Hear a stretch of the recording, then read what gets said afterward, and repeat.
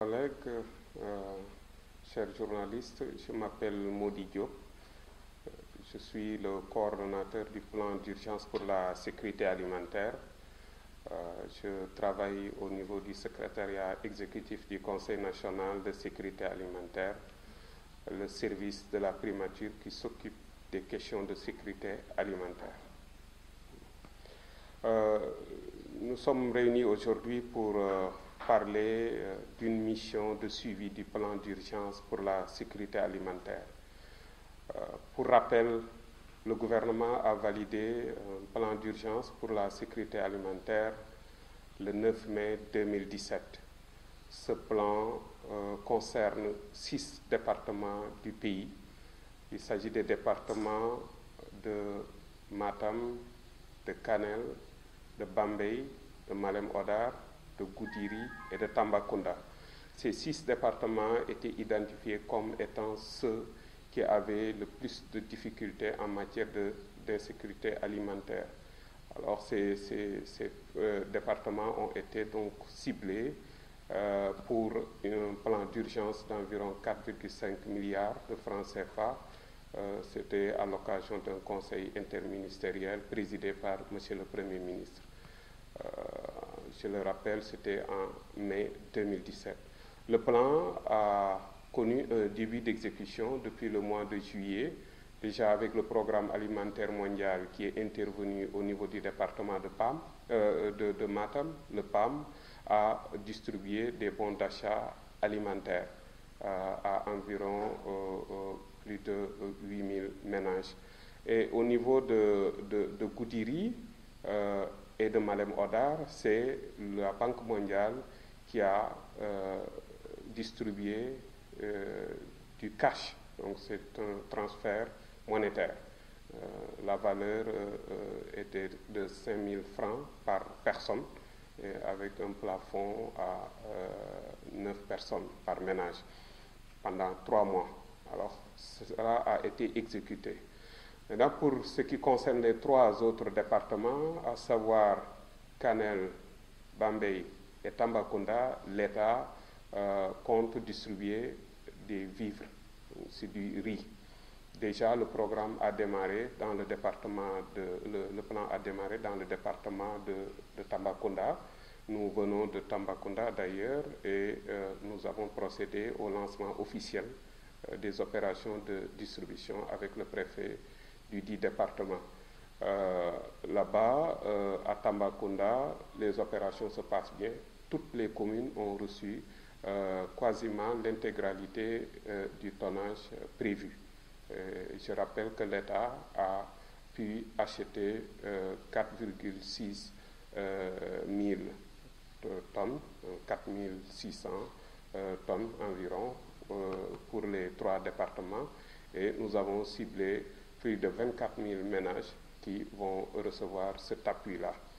Voilà en résumé. Maintenant, nous sommes ici à Kanel, où les opérations n'ont pas encore démarré. Nous avons rendu visite au préfet du département de Kanel. Nous avons tenu une discussion également avec l'inspecteur du commissariat à la sécurité alimentaire pour nous enquérir de la situation. Il se trouve que jusqu'à présent, nous n'avons pas encore la quantité de riz prévue.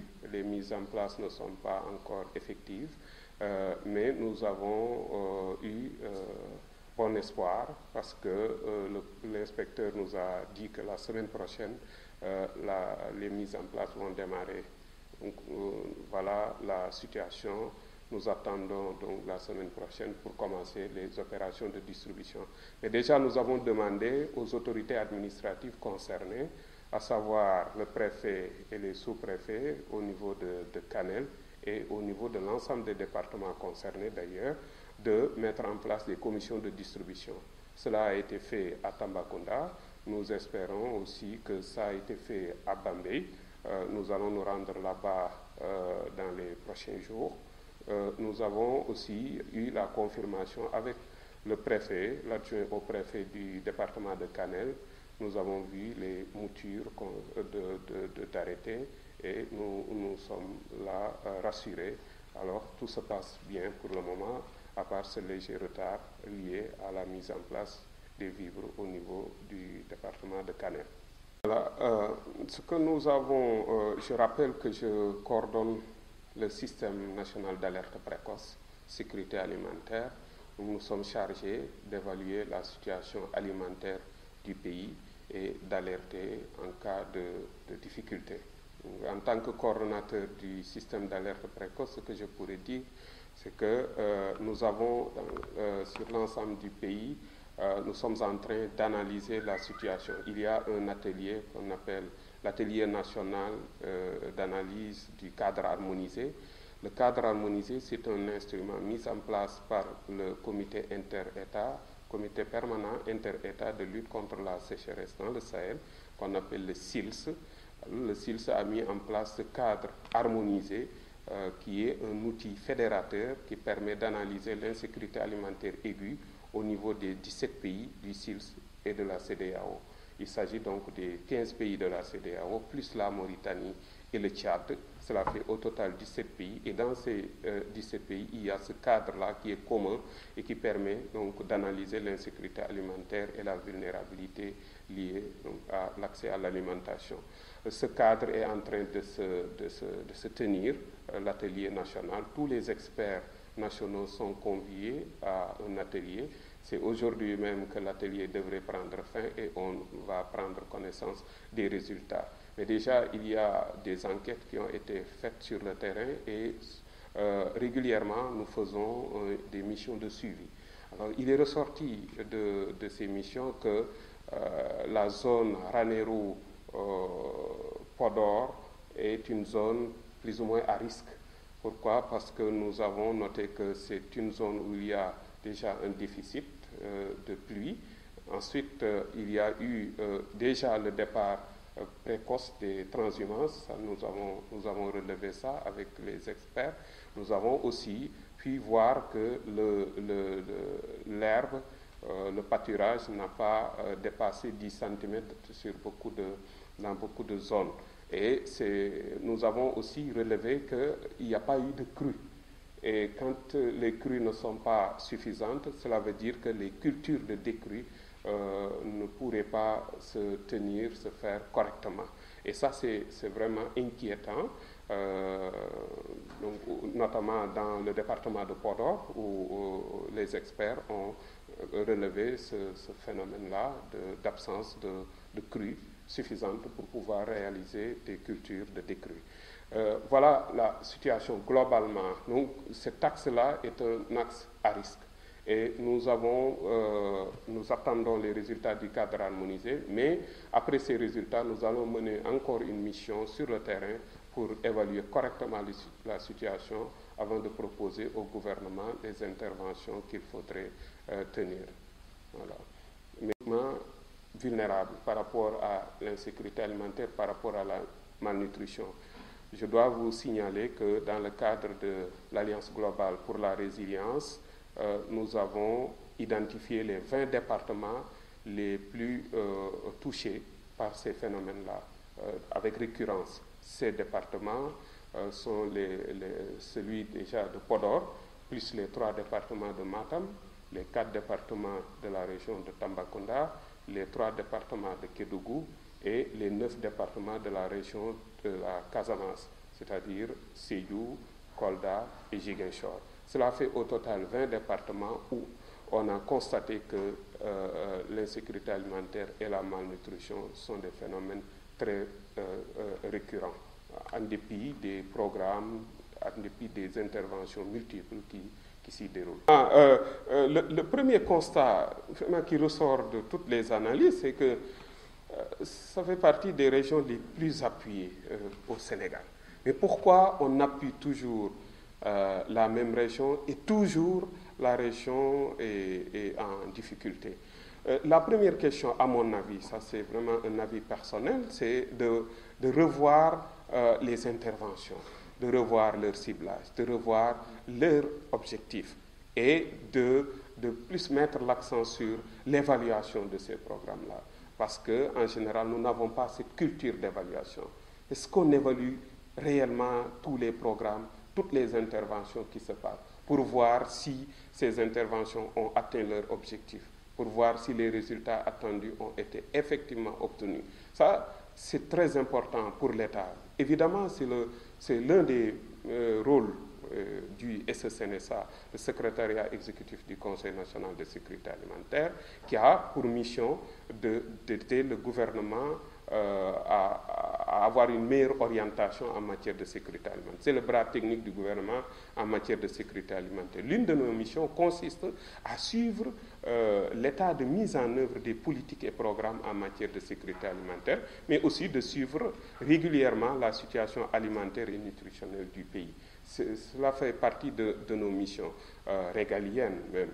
Mais cela, je pense qu'on va davantage mettre l'accent sur le suivi et l'évaluation de ces programmes-là. Maintenant, si on revient à cette question-là, pourquoi cette chronicité-là? Qu'est-ce que l'État a prévu de faire? Je rappelle qu'en janvier 2016, l'État a validé une stratégie nationale de sécurité alimentaire et de résilience qu'on appelle SNSAR. C'est pour arriver à assurer aux populations sénégalaises une sécurité alimentaire durable et une meilleure résilience face au choc à l'horizon 2035.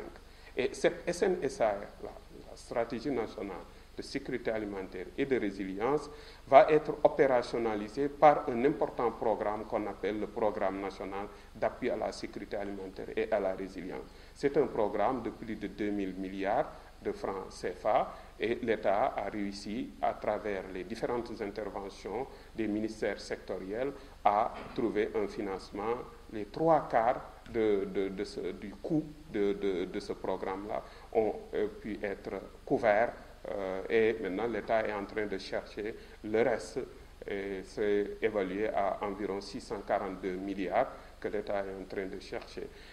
Mais si on met en œuvre correctement ce programme va opérationnaliser la stratégie nationale de sécurité alimentaire et de résilience sur les 5 premières années déjà, que la stratégie c'est sur 20 ans, mais il y a un programme quinquennal qui démarrera à partir de 2018, donc 2018-2022, 5 ans. Et sur ces 5 ans-là, nous avons 5 sous-programmes qui vont être exécutés dans le cadre de ce PNASAR.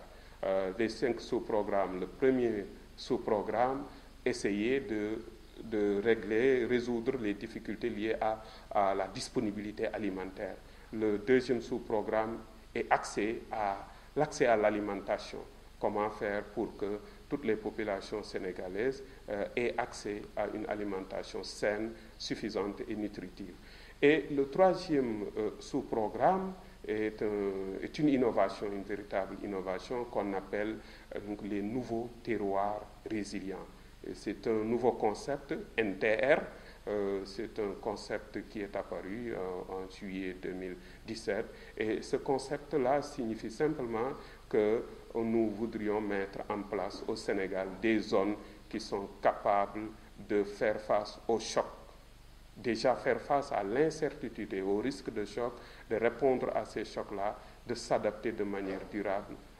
Voilà ce que nous cherchons, c'est-à-dire des terroirs qui sont complètement résilients face à l'insécurité alimentaire. Ces terroirs-là, qu'on appelle les INTER, constituent le troisième sous-programme. Le quatrième sous-programme est axé à ce qu'on appelle la gouvernance en matière de sécurité alimentaire, parce que, évidemment, je vous avais parlé tout à l'heure du suivi et de l'évaluation. Mais le suivi et l'évaluation sont des opérations qui relèvent de la gouvernance en matière de sécurité alimentaire. Est-ce qu'il y a suffisamment de suivi sur le terrain? Est-ce que toutes les interventions qui se passent sur le terrain, l'État est en train de les suivre? Voilà, il faut mettre l'accent sur ça pour qu'on sache qui fait quoi, quand, comment, voilà, et que la culture de la redevabilité soit vraiment de mise. Et le cinquième et dernier sous-programme est lié à ce qu'on appelle la prévention et la coordination, tout ce qui est lié à la prévention, surtout par rapport au risque, puisque c'est très important de prévenir, mettre en place des systèmes d'alerte précoce performants, même au niveau local, capables de prévenir et de gérer les risques liés à la sécurité alimentaire et nutrition.